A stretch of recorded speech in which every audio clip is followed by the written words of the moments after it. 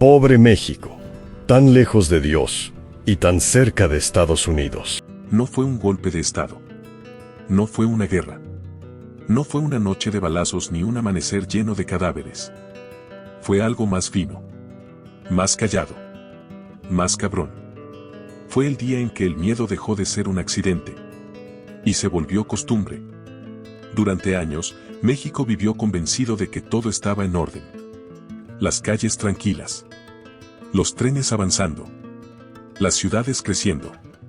El país, según decían, por fin había aprendido a obedecer. Nadie gritaba.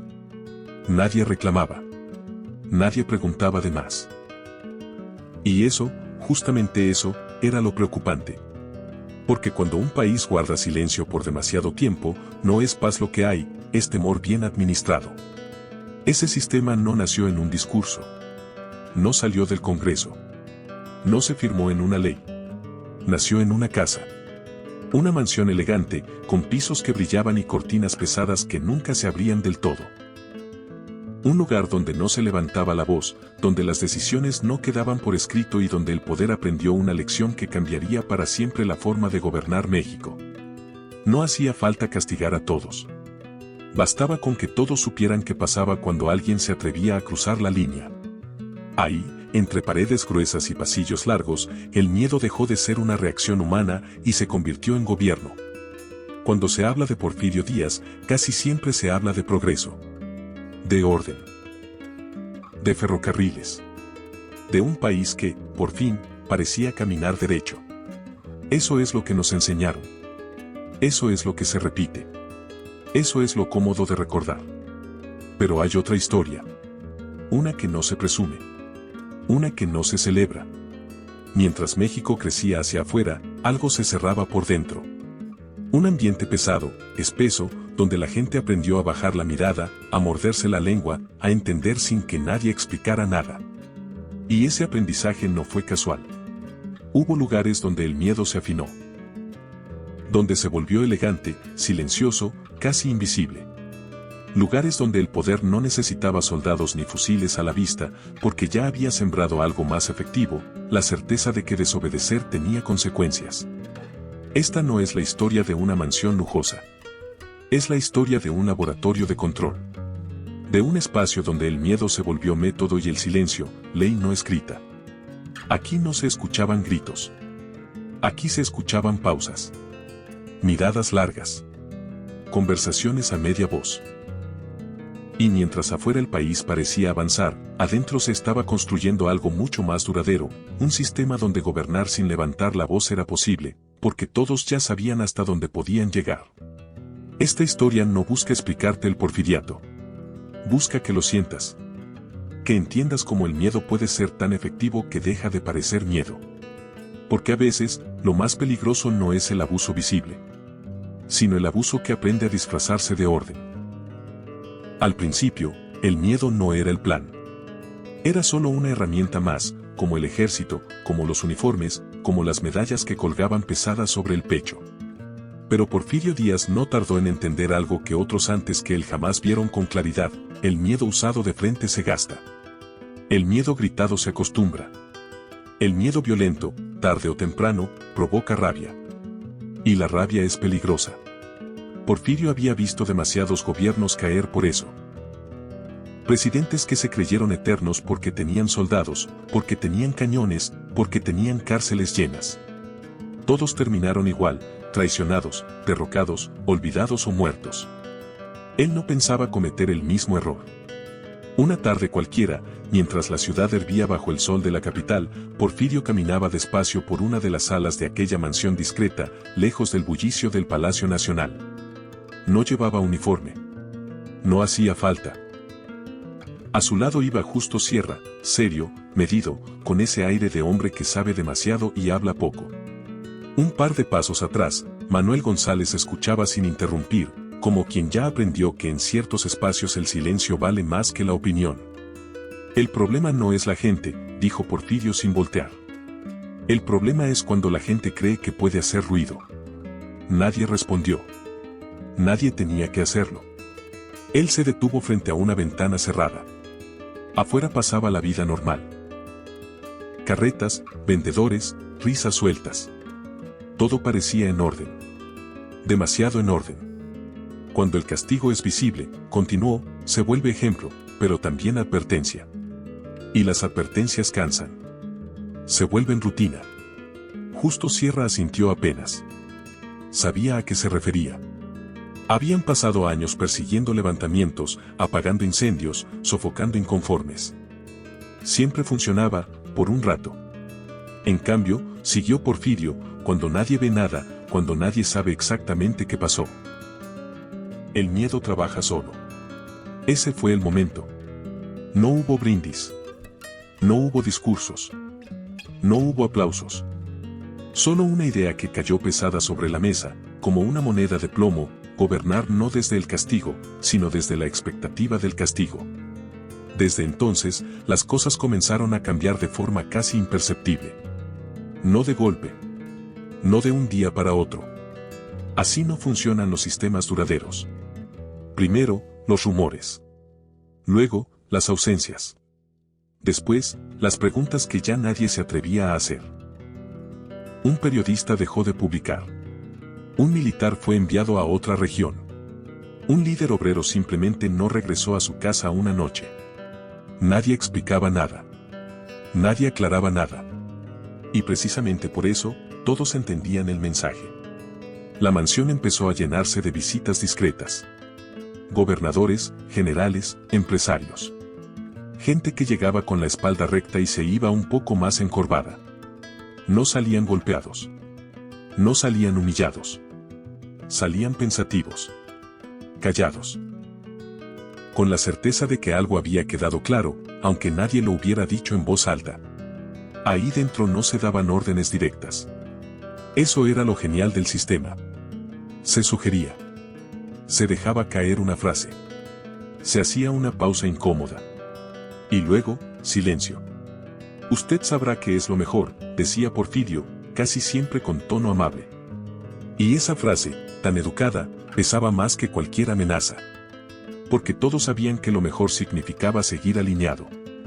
No destacar. No incomodar. No llamar la atención del poder. El miedo empezó a dejar de ser reacción. Se volvió anticipación. La gente ya no esperaba el castigo, lo imaginaba. Y en esa imaginación, cada quien se autocensuraba mejor de lo que cualquier policía podría hacerlo. En las cantinas se hablaba en voz baja. En las redacciones se pensaba 2 veces cada palabra. En las oficinas públicas, nadie firmaba nada que no estuviera perfectamente alineado. El país se llenó de hombres obedientes que no sabían exactamente a qué le tenían miedo, pero sabían que no querían descubrirlo. Porfirio observaba todo eso desde lejos. No intervenía. No hacía falta. El sistema ya caminaba solo. Y lo más inquietante era eso, ya no hacía falta ordenar el silencio. El silencio se había aprendido. En esa mansión, entre sillones elegantes y relojes que marcaban el tiempo con precisión casi burlona, nació una forma de gobernar que no necesitaba sangre fresca todos los días. Bastaba con recordar, de vez en cuando, que el poder estaba ahí, mirando. Sin gritar. Sin golpear. Sin mancharse las manos. Porque cuando el miedo se vuelve costumbre, el gobierno ya no necesita imponerse. Solo necesita existir.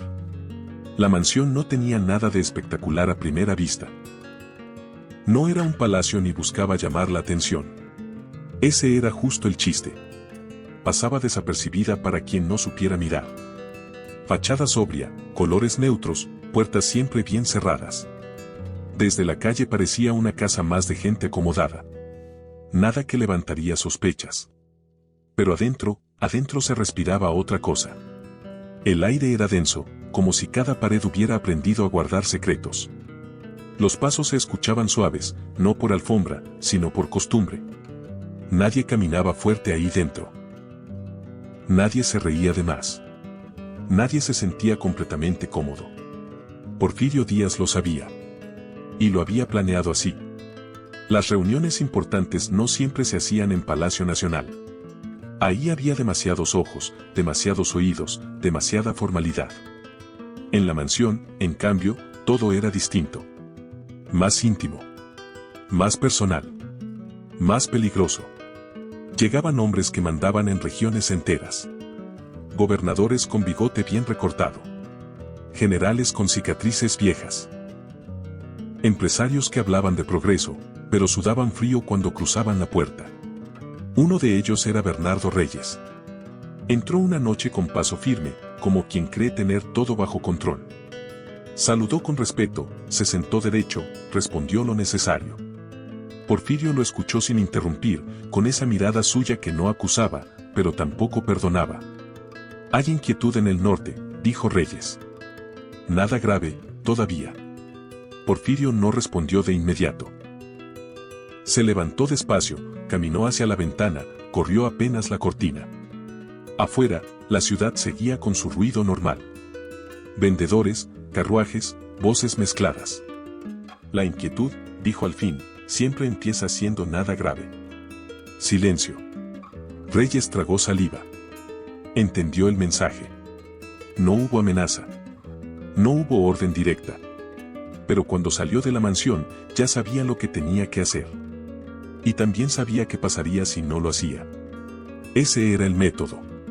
Ahí no se firmaban sentencias. Se sembraban dudas. Se dejaba a cada quien completar la historia en su cabeza. Y la imaginación, cuando tiene miedo, es más cruel que cualquier verdugo. La mansión se volvió punto de paso obligado. El que entraba salía cambiado. No porque lo tocaran. No porque lo insultaran. Sino porque entendía que había cruzado una línea invisible. A veces, Porfirio ni siquiera asistía a todas las reuniones. Bastaba con que su presencia se sintiera. Un retrato en la pared. Un comentario suelto. El señor presidente está al tanto. Y eso bastaba para que todos se cuadraran.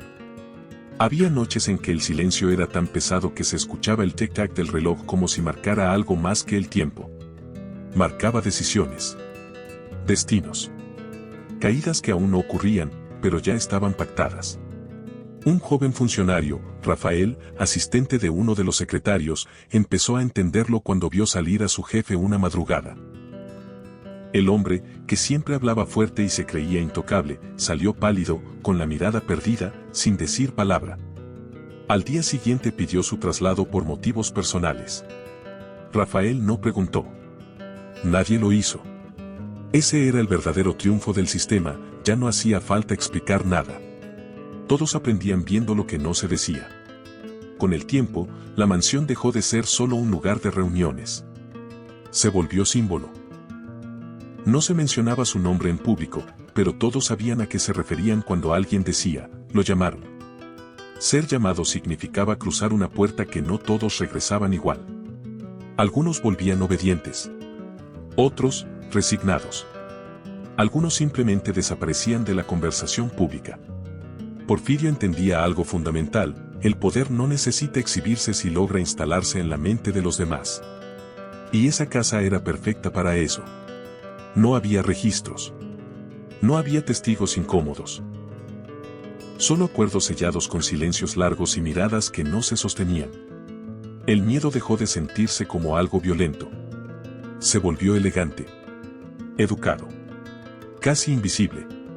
Y mientras tanto, afuera, el país seguía funcionando. Los trenes avanzaban. Las ciudades crecían. El progreso era real, sí, pero también lo era el precio que se pagaba por no interrumpirlo. La mansión cumplía su función a la perfección: recordarle a todos que el poder no siempre grita. A veces, solo espera. Y observa quién se atreve a hablar de más. A simple vista, el país iba derecho. Los trenes cruzaban el territorio como venas de acero. Las ciudades crecían hacia arriba y hacia los lados.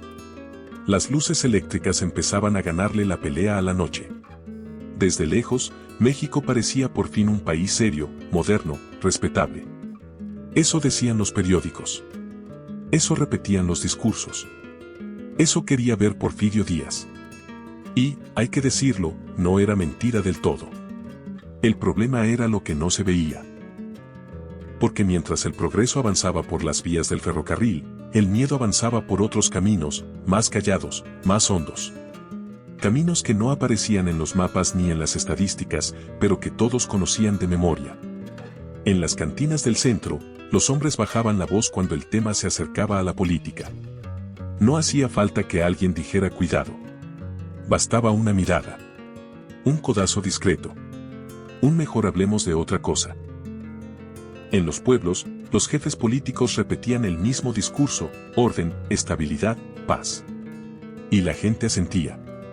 No porque estuviera convencida, sino porque ya había entendido que disentir no llevaba a ningún lado bueno. Porfirio observaba ese equilibrio con atención quirúrgica. Sabía que el progreso servía como justificación. Mientras el país avanzara, mientras las obras siguieran, mientras los números se vieran bien, pocos se atreverían a cuestionar el método. Mientras haya orden, perdonan casi todo, le dijo una vez Justo Sierra, en una conversación corta, casi casual. Porfirio no respondió, pero sonrió apenas. Sabía que era verdad. El miedo no se imponía a gritos. Se administraba. Como un impuesto invisible que todos pagaban sin reclamar. Cada quien sabía hasta dónde podía llegar. Nadie necesitaba un manual. La regla se aprendía sola. Un maestro rural, Eusebio, lo entendió demasiado tarde. En su escuela hablaba de justicia, de derechos, de ideas que había leído en libros viejos. No gritaba. No convocaba. Solo sembraba preguntas. Eso fue suficiente. Una tarde, 2 hombres llegaron al pueblo. No llevaban uniforme. No se presentaron. Preguntaron por Eusebio con educación. El maestro se fue con ellos. Dijo que regresaría pronto. Nunca volvió. No hubo comunicado. No hubo escándalo. El pueblo siguió igual. La escuela abrió al día siguiente con otro maestro. Y las preguntas dejaron de hacerse. Ese era el progreso del que nadie hablaba. En la capital, los funcionarios aprendieron a moverse con cuidado. Firmaban lo que había que firmar. Sonreían en los eventos públicos. Aplaudían cuando tocaba. Y, sobre todo, no destacaban. Destacar era peligroso. Un joven diputado, Francisco, empezó a ganar popularidad. Hablaba bien. Tenía carisma. La gente lo escuchaba. Una noche fue invitado a una reunión informal. No era en palacio. Era en esa mansión de la que todos hablaban sin nombrar. Salió 3 horas después. No lo tocaron. No lo amenazaron. Solo hablaron. O, mejor dicho, hablaron ellos. Él escuchó. Al día siguiente, Francisco anunció que se retiraba de la política por motivos personales. Nadie le creyó. Nadie preguntó. Así funcionaba el sistema, el miedo hacía el trabajo sucio sin ensuciarse las manos. Porfirio entendía que un país cansado de guerras valora la calma por encima de casi todo. Y esa calma, aunque fuera artificial, se defendía sola. La gente prefería un silencio incómodo a un ruido peligroso. Los periódicos publicaban lo que debían. Los jueces resolvían como se esperaba. Los empresarios invertían con confianza. Todo encajaba. Todo fluía. Todo parecía funcionar.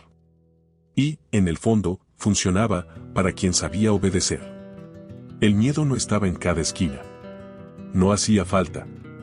Estaba en la memoria colectiva. En las historias que se contaban a media voz. En los nombres que ya no se pronunciaban. En las sillas vacías que nadie explicaba. Porfirio caminaba por la ciudad sabiendo eso. Sabía que el verdadero control no estaba en el ejército ni en la policía. Estaba en la mente de la gente. En esa autocensura que se instala sola cuando el precio de hablar parece demasiado alto. Es mejor que no me quieran, a que me pierdan el respeto, dijo alguna vez, casi como si pensara en voz alta. Y ese respeto, en realidad, era miedo bien vestido. El país avanzaba, sí. Pero avanzaba mirando de reojo. Con cuidado. Midiendo cada paso. Como quien camina sobre terreno firme, pero sabe que debajo hay algo que no quiere despertar. Y ahí estaba la clave, el orden no se sostenía por convicción, sino por temor a romperlo. La mansión seguía operando en silencio. No hacía falta usarla tanto. El sistema ya estaba instalado. El miedo ya se había normalizado. Nadie necesitaba recordarlo todos los días. bastaba con saber que estaba ahí. Y mientras el progreso se celebraba en desfiles y discursos, el país aprendía una lección peligrosa, que se puede vivir mejor, siempre y cuando no se pregunte demasiado. ¿Tú qué piensas de esta situación? No hubo un decreto. No apareció en el diario oficial. Nadie firmó nada. Y aún así, el silencio se volvió obligatorio. Fue un proceso lento, casi elegante. Tan bien hecho que muchos ni siquiera se dieron cuenta de cuando dejó de ser prudencia y se convirtió en norma. Primero fue mejor no hablar de eso. Luego, no conviene meterse. Al final, simplemente ya no se hablaba. En las oficinas públicas, las puertas se cerraban con suavidad. Los empleados bajaban la voz cuando alguien desconocido se acercaba. No por miedo a un castigo inmediato, sino por una sensación más profunda, más difícil de explicar. Una certeza flotando en el aire, aquí no se pregunta. La mansión ya no necesitaba recibir tantas visitas. Había hecho su trabajo. El mensaje se había filtrado hasta el último rincón del poder. Ahora, cada funcionario era su propio vigilante. Porfirio Díaz entendió que ese era el punto ideal. Cuando el control se vuelve automático, el gobernante puede retirarse un paso. No desaparecer, claro. Solo observar. Dejar que el sistema se reproduzca solo. Una tarde, justo Sierra se lo dijo sin rodeos. Ya no hace falta presionar, comentó mientras caminaban por el patio. Ellos solo se cuidan. Porfirio se detuvo un momento. Miró las plantas bien cuidadas, las baldosas limpias, todo en su lugar. Eso es gobernar, respondió. Cuando el orden se mantiene aunque uno no esté mirando. Y tenía razón. En los pueblos, los rumores viajaban más rápido que las noticias. Todos sabían qué temas evitar. Qué nombres no mencionar. Qué recuerdos era mejor guardar para uno mismo. El silencio dejó de sentirse impuesto y empezó a sentirse lógico. Una viuda, doña Matilde, lo vivió en carne propia. Su marido había sido líder local, un hombre respetado, trabajador. Un día fue citado a la capital. Nunca volvió. Nadie le explicó nada. Nadie la ayudó. Nadie la molestó tampoco. Aprendió la lección sin que nadie se la enseñara. Cuando alguien le preguntaba, bajaba la mirada y decía, así son las cosas. No lloraba en público. No reclamaba. No quería problemas. Quería sobrevivir. Ese era el verdadero alcance del sistema, no solo controlaba a los poderosos, también moldeaba a los comunes. A la gente que solo quería vivir tranquila. En la ciudad, los cafés seguían llenos. Las tertulias existían, sí, pero con límites invisibles. Se hablaba de literatura, de música, de negocios. La política se tocaba solo por encimita, como quien roza una herida que no quiere abrir. Un joven escritor, Álvaro, empezó a notarlo. Sus textos eran revisados una y otra vez antes de publicarse. No había tachaduras evidentes. Solo sugerencias. Quizá esta parte sobra, esto se puede interpretar mal, mejor no lo pongas. Nunca le dijeron no escribas. Le enseñaron a escribir menos. Ese aprendizaje fue extendiéndose como humedad en las paredes. Nadie sabía exactamente quién vigilaba. Y por eso todos se vigilaban a sí mismos. Porfirio escuchaba reportes de todo eso con calma. Sabía que el miedo explícito era tosco. Burdo. En cambio, el silencio aprendido era fino. Duradero. Mucho más difícil de romper. Cuando la gente se acostumbra a callar, decía, ya no hace falta callarla. La mansión, mientras tanto, se volvió casi mítica. Ya no se hablaba de lo que pasaba ahí. Se hablaba de lo que había pasado. De las historias viejas. De las visitas que cambiaron. Destinos. Eso era suficiente para que el respeto se mantuviera. El silencio dejó de ser ausencia de palabras. Se volvió lenguaje. Un idioma compartido que todos entendían sin haberlo aprendido en ningún lado. Y como todo idioma, tenía reglas no escritas. No preguntar. No destacar. No incomodar. El que la seguía, vivía tranquilo. El que no, bueno, mejor no pensar en eso. Así, sin golpes ni escándalos, el miedo se institucionalizó. Se volvió costumbre. Se volvió paisaje. Se volvió ley sin papel. Y el país, cansado de conflictos, aceptó el trato sin protestar, orden a cambio de silencio. Lo peligroso no era que el miedo existiera. Lo verdaderamente peligroso era que ya nadie lo cuestionaba. Porque cuando el silencio se vuelve ley, romperlo deja de ser un acto político. Y se convierte en una traición. Llegó un punto en que ya no hacía falta intervenir. Eso fue lo más inquietante de todo. El sistema estaba tan bien aceitado que funcionaba solo. No requería ajustes constantes, ni castigos visibles, ni recordatorios públicos. Cada pieza sabía exactamente cuál era su lugar y qué pasaba si intentaba salirse del engrane. Porfirio Díaz podía ausentarse, viajar, enfermarse incluso, y el orden seguía intacto. Nadie aprovechaba el vacío. Nadie se salía del carril. El miedo, convertido en costumbre, hacía su trabajo con puntualidad. En las oficinas, los jefes no necesitaban levantar la voz. Bastaba una ceja levantada, un silencio más largo de lo normal, un luego lo vemos. Los empleados entendían. Siempre entendían. Aquí no se trata de mandar, comentó una vez Manuel González, ya con los años encima. Se trata de que nadie quiera desobedecer. Porfirio asintió. Ese era el verdadero triunfo. La mansión, aquella casa discreta donde todo había empezado, ya no era centro de operaciones. Era más bien un recordatorio. Un mito vivo. La sola idea de ser llamado ahí seguía siendo suficiente para alinear a cualquiera. Algunos decían que ya ni siquiera se usaba. Otros juraban que seguía activa, que por las noches llegaban carruajes sin luces, que adentro se hablaba poco y se decidía mucho. Nadie sabía con certeza. Y ese desconocimiento era parte del diseño. En los estados, los gobernadores replicaban el modelo. No gritaban. No amenazaban. No necesitaban hacerlo. El mensaje ya venía instalado desde la capital. Mantén el orden y nadie te molestará. Un jefe político en Oaxaca, don Tiburcio, era famoso por su calma. Nunca arrestaba a nadie en público. Nunca cerraba periódicos. Nunca daba discursos incendiarios. Sin embargo, en su región no se movía una hoja sin su aprobación. Aquí la gente es tranquila, decía. Y así queremos que siga. La tranquilidad, claro, tenía precio. Y todos lo sabían. En los mercados, las señoras seguían vendiendo. En los talleres, los obreros trabajaban. En las haciendas, los peones agachaban la cabeza. La vida continuaba. Esa era la gran coartada del sistema: mientras la vida siguiera, mientras el país no se incendiara, el método se justificaba solo.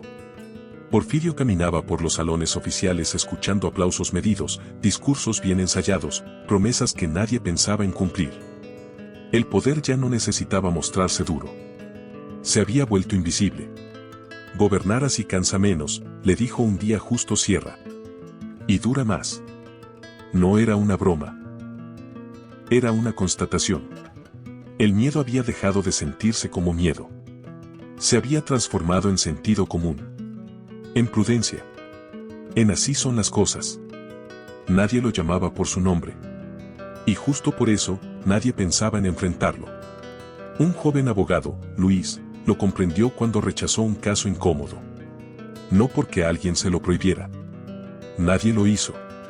Simplemente evaluó las consecuencias, pensó en su familia, en su carrera, en su futuro, y decidió que no valía la pena. Esa decisión, repetida miles de veces por miles de personas, mantenía al sistema en pie. Porfirio sabía que el verdadero poder no está en obligar, sino en hacer que la gente elija obedecer. Y México, cansado de guerras, eligió el silencio como refugio. Las celebraciones oficiales seguían. Los desfiles. Los discursos sobre estabilidad y crecimiento. Todo era real, hasta cierto punto. Pero debajo de esa superficie, el país respiraba con cuidado, como quien no quiere despertar algo dormido. El miedo ya no necesitaba recordarse. Vivía en la memoria colectiva. En los ejemplos viejos. En las historias que se contaban en voz baja. En la mansión que ya no hacía falta visitar. Y ahí estaba la paradoja más cruel: el orden era auténtico, pero estaba construido sobre renuncias invisibles, sobre palabras no dichas, sobre decisiones nunca tomadas. Porfirio gobernaba sin levantar la voz porque ya no era necesario. El país había aprendido a callar solo. Y cuando un sistema llega a ese punto, deja de parecer opresión y empieza a parecer normalidad. Pero ningún sistema es perfecto, ni siquiera uno construido con tanto cuidado. Las grietas no aparecieron de golpe. No hubo un estallido inmediato. Fueron pequeñas fisuras, casi invisibles, como esas rajaduras que uno ve en la pared y decide ignorar porque no pasa nada. Hasta que pasa. El miedo había logrado imponer orden, sí, pero también había ido acumulando algo más peligroso. Resentimiento silencioso. Gente que no gritaba, pero tampoco olvidaba. Gente que sonreía en público y apretaba los dientes en privado. Porfirio lo sabía. Siempre lo supo. Nada dura para siempre, murmuró una noche, ya mayor, mientras observaba la ciudad desde una ventana alta. Ni siquiera el silencio. Justo Ciarán no respondió. A esa altura, las palabras ya sobraban. En los pueblos, la inconformidad empezó a tomar formas discretas. No marchas. No protestas abiertas. Pequeños gestos. Retrasos casuales. Órdenes cumplidas a medias. Miradas que ya no bajaban tan rápido. Un campesino, Anselmo, empezó a hablar con otros en la milpa. No de revolución. De cansancio. De injusticias viejas. De deudas eternas. Nada incendiario. Nada que pareciera peligroso. Y sin embargo, alguien escuchó. Una tarde, Anselmo fue llamado por el jefe político. Salió de su casa con el sombrero en la mano. Dijo que regresaba pronto. No regresó. Su familia no recibió explicación. El pueblo entendió el mensaje. Pero algo había cambiado, ya no fue solo miedo lo que sintieron. Fue coraje. En la ciudad, los estudiantes comenzaban a murmurar. Jóvenes que no habían vivido las guerras del pasado y que, por lo mismo, no tenían el mismo terror a perder la calma. Para ellos, el orden no era refugio, era jaula. Un muchacho, Ricardo, discutía con amigos en una vecindad. Hablaban de libertad, de elecciones, de futuro. Nadie gritaba. Nadie organizaba nada serio. Aún así, la conversación se sentía distinta. Más firme. Menos temerosa. El sistema, tan eficaz para controlar el ruido, no estaba diseñado para manejar el hartazgo. Porfirio recibía informes. Los leía en silencio. Sabía reconocer los síntomas. Sabía que el miedo funciona mientras la gente cree que no hay alternativa. Cuando empieza a imaginar otra cosa, el hechizo se debilita. La mansión, ese lugar donde todo había comenzado, ya no era tan mencionada. No porque hubiera perdido poder, sino porque empezaba a perder misterio. Las historias se repetían demasiado. El miedo, cuando se repite, se desgasta. Tal vez apretamos demasiado, dijo Manuel González en una conversación tensa. La gente está cansada. Porfirio no contestó de inmediato. Se tomó su tiempo. El cansancio se controla, respondió al fin. El desorden no. Pero incluso él sabía que algo se estaba moviendo debajo de la superficie. Las grietas no eran solo políticas. Eran humanas. Familias rotas. Vocaciones truncadas. Sueños guardados en un cajón por no convenir. El costo real del sistema no aparecía en los balances ni en los informes oficiales. Aparecía en las mesas incompletas. En las viudas silenciosas. En los jóvenes que aprendieron a callar antes de aprender a hablar. El miedo había mantenido el orden, sí. Pero también había erosionado algo más profundo, la confianza. Cuando un país aprende a desconfiar de sí mismo, el control empieza a resquebrajarse. Porfirio envejecía. El sistema seguía, pero ya no era tan ligero. Necesitaba más ajustes. Más recordatorios. Más vigilancia indirecta. El silencio empezaba a sonar distinto. Ya no era calma. Era tensión acumulada. Y eso, tarde o temprano, busca salida. La mansión seguía ahí, firme, elegante, cargada de historia. Pero ya no imponía lo mismo. El miedo que había nacido ahí comenzaba a transformarse en otra cosa. En algo menos controlable. En algo más peligroso. Porque cuando el miedo deja de paralizar, puede empezar a empujar. ¿Tú estabas de acuerdo con este tipo de orden? El miedo no desaparece cuando cae un hombre. Eso fue lo que muchos no entendieron al principio. Porfirio Díaz se fue, sí.